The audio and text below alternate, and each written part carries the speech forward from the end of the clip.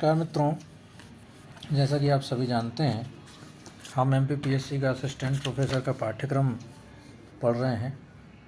इसके अंतर्गत हम इकाई 10 पे कुछ टॉपिक्स रह गए हैं जिनके बारे में हम पढ़ना प्रारंभ करेंगे। जो मध्य प्रदेश के बारे में, लोक साहित्य के बारे में और लोक साहित्य के अंतर्गत विभिन्न जो इसके टॉपिक्स हैं, उनके अंतर्गत बहुत कम बात हुई है। इसलिए ये वीडियो बना रहे हैं हम, जिससे हमारे विद्यार्थियों और हम लोग आपस में बात कर सकें इस बारे में, सभी का ज्ञान बढ़े। तो हम बिना समय व्यर्थ गंवाए इस विषय पर बात कर लेते हैं। मध्य प्रदेश का सांस्कृतिक परिचय क्या है, पहले तो ये पढ़ लेते हैं। मध्य प्रदेश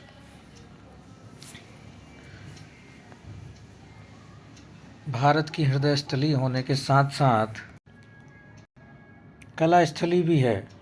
प्राचीन काल से ही यहाँ की गौरवशाली परंपरा रही है। यहाँ की लोक कला, लोकगीत, लोकनाट्य, लोक चित्रकला, लोक नृत्य कला अत्यंत समृद्ध और विविधता से भरे हुए हैं। प्रकृति के साथ से गहराई से जुड़ते हुए होने के कारण मध्य प्रदेश की लोक संस्कृति मूल्यों से अनुप्राणित है, अपनी विशिष्टता बनाए हुए है। प्रदेश की सांस्कृतिक विविधता और लोक कला की बहुरंगी विशेषता के कारण यह अपने आप में अद्वितीय राज्य है। मध्य प्रदेश की लोक संस्कृति में मालवी, बुंदेली, बघेली और निमाड़ी संस्कृति के विविध रंग हैं। प्रत्येक अंचल का एक अलग जीवंत लोक जीवन शैली और बोली और परिवेश है। यहाँ विभिन्न लोक और जनजातीय संस्कृतियों का समागम है। कितने विभाग में बटे हुए हैं हम मध्य प्रदेश वाले? मालवी, बुंदेली, बघेली और निमाड़ी। यहाँ विभिन्न लोक और जनजातीय संस्कृतियों का समागम है। यहाँ की कोई एक लोक संस्कृति नहीं है। यहाँ 5 लोक संस्कृतियों के अतिरिक्त अनेक जनजातियों की संस्कृतियों का विस्तृत फलक पसरा हुआ है। लोक साहित्य क्या है मध्य प्रदेश का, यह पढ़ लेते हैं हम।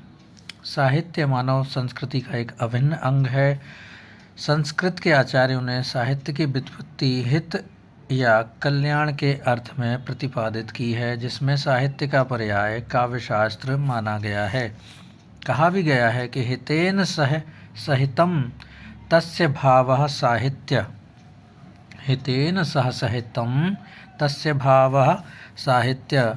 मानव की मौखिक अथवा लिखित सार्थक अभिव्यक्ति साहित्य के अंतर्गत आती है, भले ही उस पर उसका विभाजन शिष्ट साहित्य अथवा लोक साहित्य में क्यों न कर दिया जावे।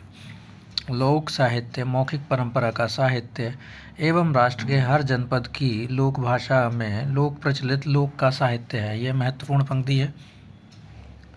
लोक साहित्य मौखिक परंपरा का साहित्य एवं राष्ट्र के हर जनपद की लोक भाषा में लोक प्रचलित लोक का साहित्य है। लोक साहित्य व्यक्ति की एकांतिक कल्पना नहीं, वरन समस्त लोक की अनुभूति है। इसमें समष्टि के दुख, दर्द, उल्लास और व्यवस्था को वाणी देने का प्रयास किया जाता है। डॉक्टर नर्मदा प्रसाद गुप्त के अनुसार लोक साहित्य लोक भाषा का वह साहित्य है जो अपने अंतर्निहित लोक तत्व के कारण लोक द्वारा ग्रहित हो गया है और लोक मुख में जीवित हो। लोक है, ये लोक नहीं है। लोक मुख में जीवित हो क्या है, फिर से एक बार पढ़ लेते हैं। लोक साहित्य लोक भाषा का वह साहित्य है जो अपने अंतर्निहित लोक तत्व के कारण लोक द्वारा ग्रहित हो गया हो और लोकमुख में जीवित हो। लोक साहित्य का लोकत्व रचनाकार के मन या मानस में बैठकर सहृदय के रूप में उसकी अनुभूति को लोकानुभूति में रूपांतरित करता है। लोक साहित्य का लोकत्व रचनाकार के मन या मानस में बैठकर सहृदय के रूप में उसकी अनुभूति को लोकानुभूति में रूपांतरित करता है। लोक साहित्य में भाषागत विभिन्नता होते हुए भी भावों में एक रूपता होती है। कन्या चाहे गुजरात की हो, वह चाहे राजस्थान की हो, निमाड़ की हो या मालवा की बेटी की विदाई के गीत पिता का एक समान दर्द गीतों में पिता का एक समान दर्द व्यक्त हुआ है।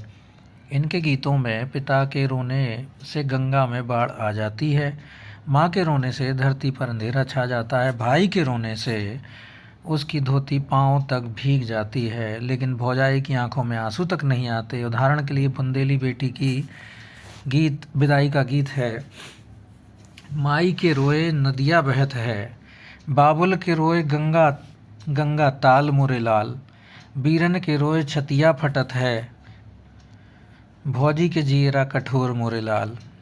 इसको गाते हैं बहुत अच्छे तरीके से, आप सुनेंगे तो बहुत अच्छे से गाते हैं। माई के रोए नदिया बहत है, बाबुल के रोए गंगा ताल मोरे लाल, बीरन के रोए छतिया फटत है, बीरन मतलब भाई के रोए छतिया फटत है, भौजी के जियरा कठोर मोरे लाल। लोक साहित्य में देवता मानव स्वरूप में अवतरित होकर मनुष्य के दुख दर्द के साथी हो उठते हैं। बहुत महत्वपूर्ण पंक्ति है। इसमें किसी के भी घर में पुत्र के जन्म होने पर बधाई नंद के घर ही भेजी जाती है। नंद मतलब कृष्ण के किसी भी घर में हो तो नंद के घर ही भेजी जाती है। लोक साहित्य में समष्टि के दुख दर्द और उल्लास और व्यवस्था को पानी देने का प्रयास किया जाता है। लोक साहित्य का कार्य महज लोकगीत लोक कथा और लोक कहावतों का संकलन मात्र नहीं है, वरन आदिकाल से अनंत काल तक का मानव की जीवन यात्रा का प्रवाह है।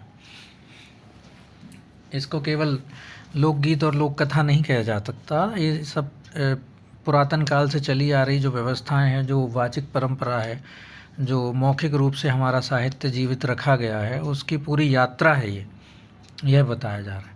लोक साहित्य में सुंदर अमंगल के लिए कोई स्थान नहीं है। उसके गीतों में चंदन के चौक, सोने के कलश, हीरे व मोती के थाल सजाए जाते हैं।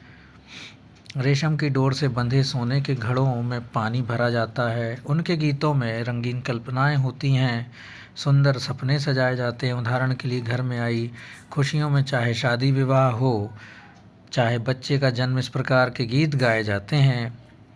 आज दिन सोने को महाराज, सोने के सब दिन सोने की रातें, सोने के कलश घराओ महाराज।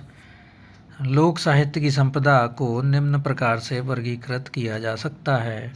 लोक काव्य, जिसमें लोकगीत लोक गाथाएँ दोनों सम्मिलित हैं। लोक काव्य भी है एक, जिसके अंतर्गत लोकगीत आता है और लोक गाथाएँ सम्मिलित होती हैं। फिर लोक कथा होती है, लोक नाट्य है, फिर लोकोक्ति है, पहेलियाँ हैं और कहावतें हैं, जिसको प्रकीर्ण साहित्य भी कहा जाता है। पहेलियाँ और ये लोकोक्ति और ये कहावतें जो हैं वो प्रकीर्ण साहित्य के अंतर्गत आता है। लोक साहित्य का महत्व देख लेते हैं। लोक साहित्य के संबंध में राहुल सांकृत्यायन की पंक्तियां हैं, पैराग्राफ है। हिंदी साहित्य में के निर्माण में लोक साहित्य ने आधारशिला का कार्य किया है। लोक साहित्य का सूक्ष्म निरीक्षण करने पर इसकी विशाल गुरुता और गहराई का अनुमान लगाया जा सकता है। लोक साहित्य में भूगोल, इतिहास, पुरातत्व का भी घनिष्ठ संबंध है। लोक साहित्य की कथा, उक्तियाँ, मुहावरे, गीत गाथा आदि अनेक स्थल ऐसे हैं जिनसे पुरातत्व और इतिहास की झांकी झलकती है। उदाहरण के लिए भैंस बंधी है ओरछा पड़ा होशंगाबाद, लगवैया है सागरे चपिया रेवा पार।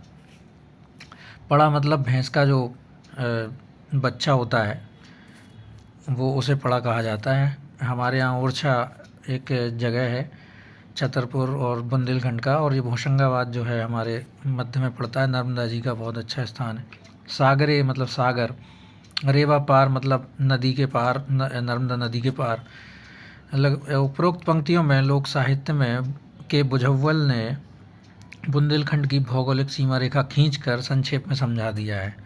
भैंस बंधी है ओरछा, पड़ा होशंगाबाद, लगवैया है सागरे चपिया रेवा पार। कृष्णदेव उपाध्याय के अनुसार किसी देश के जीवन में लोक साहित्य का विशिष्ट महत्व है। सच तो यह है कि लोक की वास्तविक संस्कृति उसके मौखिक साहित्य में निहित होती है। ये पंक्तियाँ आपको याद रखना चाहिए। ये पूरा कृष्णदेव उपाध्याय ने क्या कहा है? किसी देश के जीवन में लोक साहित्य का विशिष्ट महत्व है। यह सच तो यह है कि लोक की वास्तविक संस्कृति उसके मौखिक साहित्य में निहित होती है। कृष्णदेव उपाध्याय। सामाजिक और सांस्कृतिक घटकों पर भी लोक साहित्य का प्रभाव पड़ता है। जन्म, विवाह, मृत्यु के समय के संस्कार व विधियों का ज्ञान या अन्य रीति रिवाज लोक साहित्य के माध्यम से दिया जाता है। इसी भांति विभिन्न राष्ट्रों में पाए जाने वाले विशेष तत्वों, नैतिक आचार विचार, व्यवहार की प्रतिक्रिया भी लोक साहित्य के माध्यम से प्रकट होती है। लोक संस्कृति और देश की मूल संस्कृति का चोली दामन का साथ है। अब लोकगीत पढ़ लेते हैं। लोकगीत क्या होता है? लोकगीत संवेदनशील मानव के अंतःकरण की अभिव्यक्ति है। संवेदनशील मानव के अंतःकरण की अभिव्यक्ति लोकगीत है। लोकगीत पारंपरिक मौखिक की तथा समस्त लोक की अमानत होती है। इसका मालिक कोई व्यक्ति विशेष नहीं होता। यह लोकमानस की आडंबरहीन रचना होती है। लोकगीत लोक भावना और लोक रुचि की पूर्ण प्रतिनिधित्व करते हैं। विभिन्न प्रदेशों की संस्कृति, परंपरा एवं क्रियाकलाप, सामाजिक द्वंद्व, मनोदशा, भौगोलिक एवं ऐतिहासिक वर्णन इन गीतों में समाहित रहता है। समाहित। देवेंद्र सत्यार्थी के अनुसार लोकगीत किसी संस्कृति के मुँह बोलते चित्र हैं। लोकगीत प्रकृति के उद्गार हैं। प्रकृति जब तरंग में आती है, गान करती है। कितना प्यारा लिखा है उन्होंने, याद एक बार में हो जाएगा। लोकगीत किसी संस्कृति के मुँह बोलते चित्र हैं। लोकगीत प्रकृति के उद्गार हैं। प्रकृति जब तरंग में आती है, गान करती है। देवेंद्र सत्यार्थी।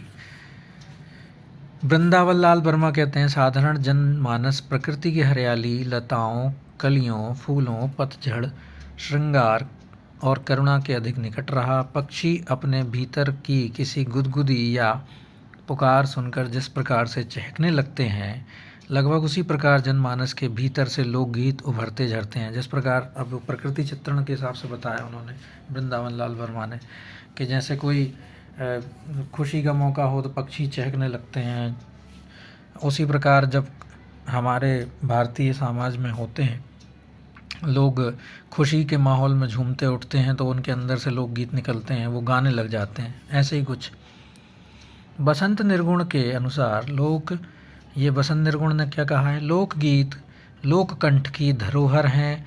एक कंठ से दूसरे कंठ, एक पीढ़ी से दूसरी पीढ़ी तक पहुंचने वाले लोकगीत शब्द और स्वर के दोहराव से संचरित होते हैं। बसंत निर्गुण ने कहा है लोकगीत, फिर से कहा, पढ़ लेते हैं। लोकगीत लोककंठ की धरोहर हैं। एक कंठ से दूसरे कंठ, एक पीढ़ी से दूसरी पीढ़ी तक पहुंचने वाले लोकगीत शब्द और स्वर के दोहराव से संचरित होते हैं। लोक गाथा पढ़ लेते हैं। उपकथानक के साथ चारित्रिक गुणों से युक्त वह देश काल आदि गुणों को लेकर जीवन पर प्रकाश डालता है। लोक गाथा। डॉक्टर सत्यव्रत सिन्हा क्या कहते हैं? लोक गाथा एक सामाजिक संस्था है जिसकी अंतरात्मा में व्यक्ति बैठा हुआ है। उक्त व्यक्ति, उस व्यक्ति की अवहेलना हम कदापि नहीं कर सकते। लोक गाथा एक सामाजिक संस्था है जिसकी अंतरात्मा में व्यक्ति बैठा हुआ है, उस व्यक्ति की अवहेलना हम कदापि नहीं कर सकते। लोक गाथा गद्य पद्य युक्त प्रबंधात्मक रचना या कथा है जो किसी व्यक्ति अथवा घटना पर केंद्रित होती है। इसकी परिभाषा भी उन्होंने दे दी।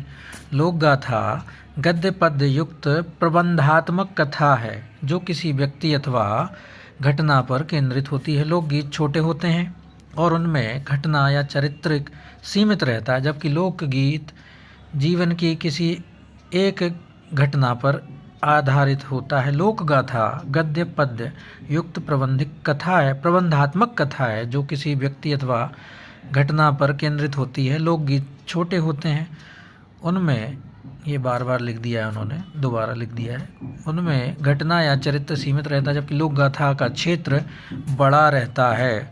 लोक गाथा नायक या नायिका प्रधान कथानक व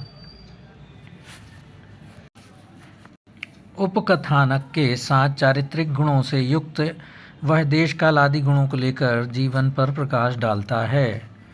अब यह वाक्य यहाँ से यहाँ लिख दिया गया है, इसके आगे उन्होंने अब इसमें दो अंतर भी बता दिए। लोकगीत छोटा होता है, एक किसी खास व्यक्ति की खास घटना के बारे में होता है, लेकिन लोक गाथा जो होती है वो अपेक्षाकृत बड़ी होती है, कोई एक घटना प्रधान होती है, व्यक्ति के एक किसी जीवन चरित्र के बारे में बताने लग जाती है, ऐसा कुछ बताती है वो।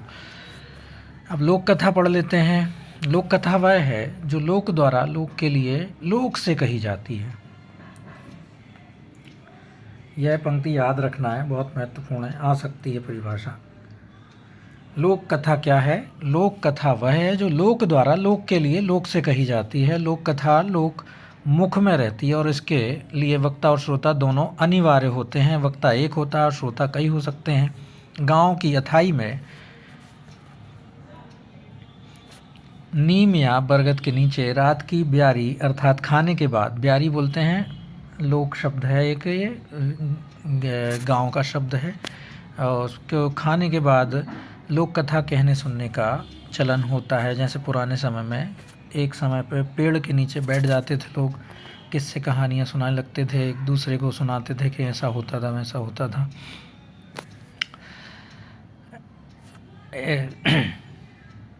इंसाइक्लोपीडिया ब्रिटानिका के अनुसार प्रचलित कहानियों को प्रमुख 3 भागों में बांटा गया है: धर्मगाथा, लोकगाथा और लोककथा। लोकगाथा और लोककथा हमारे पाठ्यक्रम में है।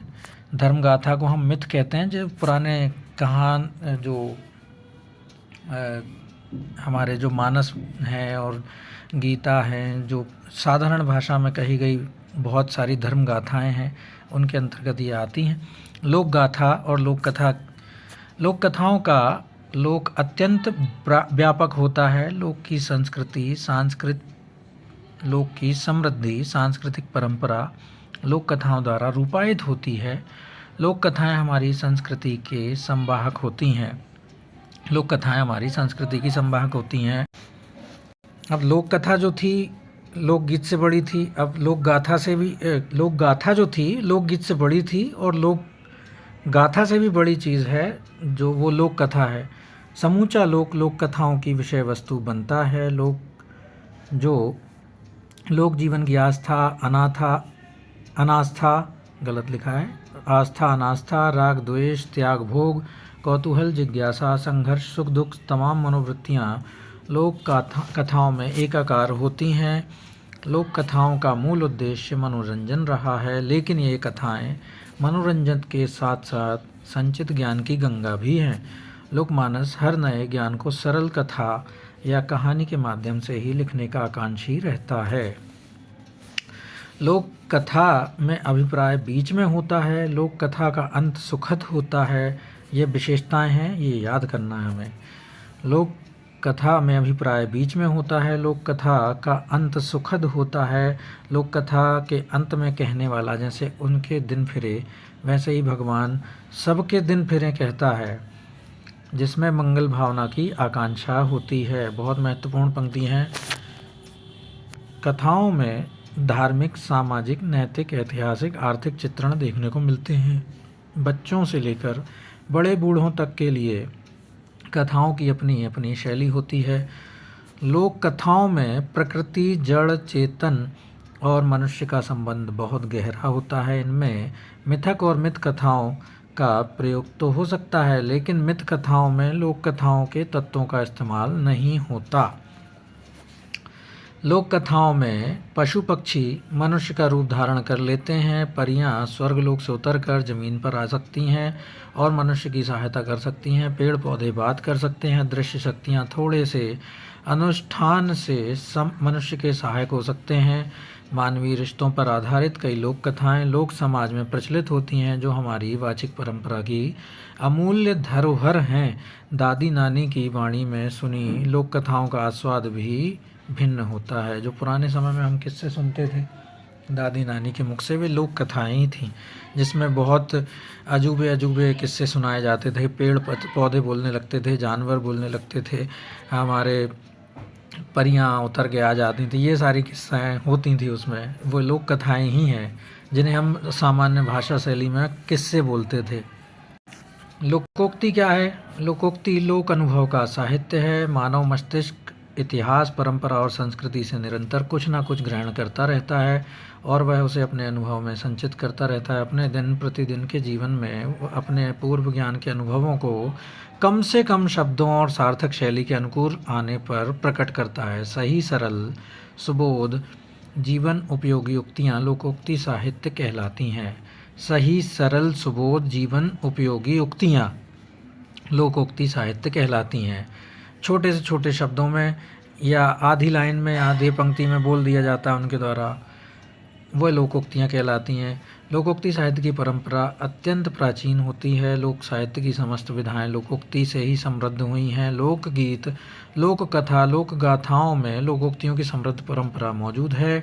हिंदी साहित्य कोश में लोकोक्ति साहित्य को 2 भागों में बांटा गया है, कहावतें और पहेली। ये याद रखना है, हिंदी साहित्य कोश में लोकोक्ति साहित्य को कितने भागों में बांटा गया है, वो है कहावतें और पहेली। कहावतें लोक संस्कृति के संभाग होती हैं। मनुष्य की निष्ठा, बौद्धिक क्षमता, सामाजिक बोध का ज्ञान कहावतों में मुखर होता है। कहावतें सार्वभौमिक और सर्वयोगीन होती हैं। पहेली वाचिक परंपराओं अर्थात अर्थवान धरोहर हैं। पहेली जो है वाचिक परंपराओं की अर्थवान धरोहर हैं। विक्रमादित्य मिश्र के अनुसार, डॉक्टर विक्रमादित्य मिश्र के अनुसार पहेलियाँ सूत्रबद्ध शैली से में निबद्ध अनादिकाल से चले आ रहे गहरे चिंतन मनन का परिणाम है, जो अत्यंत व्यापक हैं तथा जिन्हें उपाख्यान, गल्प, लोक कथा, लोकोक्ति आदि की श्रेणी में रखा जाता है। कूटपद, मुकरियाँ, बुझौल, अटका, ढकोसला आदि पहेली के विभिन्न नाम हैं। अब ये भी याद रखिएगा क्योंकि पूछा जा सकता है पहेली को और क्या बोल सकते हैं। कूटपद, मुकरियाँ, बुझौल, अटका, ढकोसला इत्यादि इनके नाम हैं। तो मित्रों, ये था हमारे मध्य प्रदेश का लोक साहित्य। इसके अंतर्गत क्या क्या होता है, क्या क्या परिभाषाएं होती हैं, ये हमने पढ़ा। अगले उसमें हम बुंदेलखंड, निमाड़ और बघेलखंड आदि का, मालवा का साहित्य पढ़ लेंगे। जल्दी ही ये अगला वीडियो भी आपके सामने प्रस्तुत कर देंगे हम। तब तक के लिए बहुत बहुत धन्यवाद।